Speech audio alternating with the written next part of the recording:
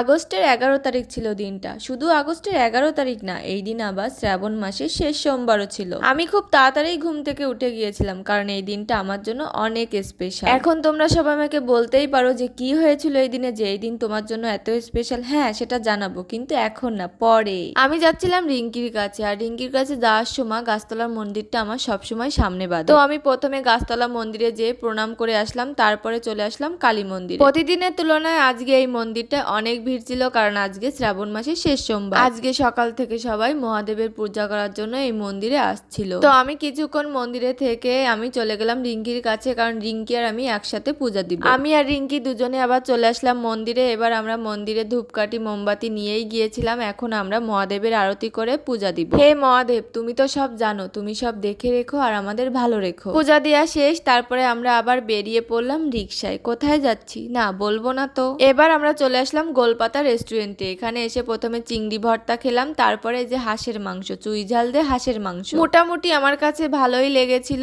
আর ডেকোরেশনটাও সুন্দর ছিল, কারণ ছোটখাটো রেস্টুরেন্টটা অনেক সুন্দর করে সাজানো ছিল। তো তোমরা যদি কেউ আসতে চাও চলে আসতে পারো, কারণ একটা সুন্দর রেস্টুরেন্ট এটা হচ্ছে 0 পয়েন্টে কাচি ডাইনের পাশেই একদম। তো আমরা তো দুপুরবেলা সুন্দর করে খাওয়া দাওয়া করলাম, তারপরে আমরা এখান থেকে আবার চলে গেলাম। হয় এখন তো আবার কবানে যে কোয়ানে গিলে তা ঘুরতে গেলাম আমি। তা ওই যে কইলাম না তোমাকে, ফুলটা শুয়ে গেলেও ফুলটার ভালোবাসা, আবেগ, স্মৃতি সবকিছুই থাকবে, তা আসলেই থাকবে না।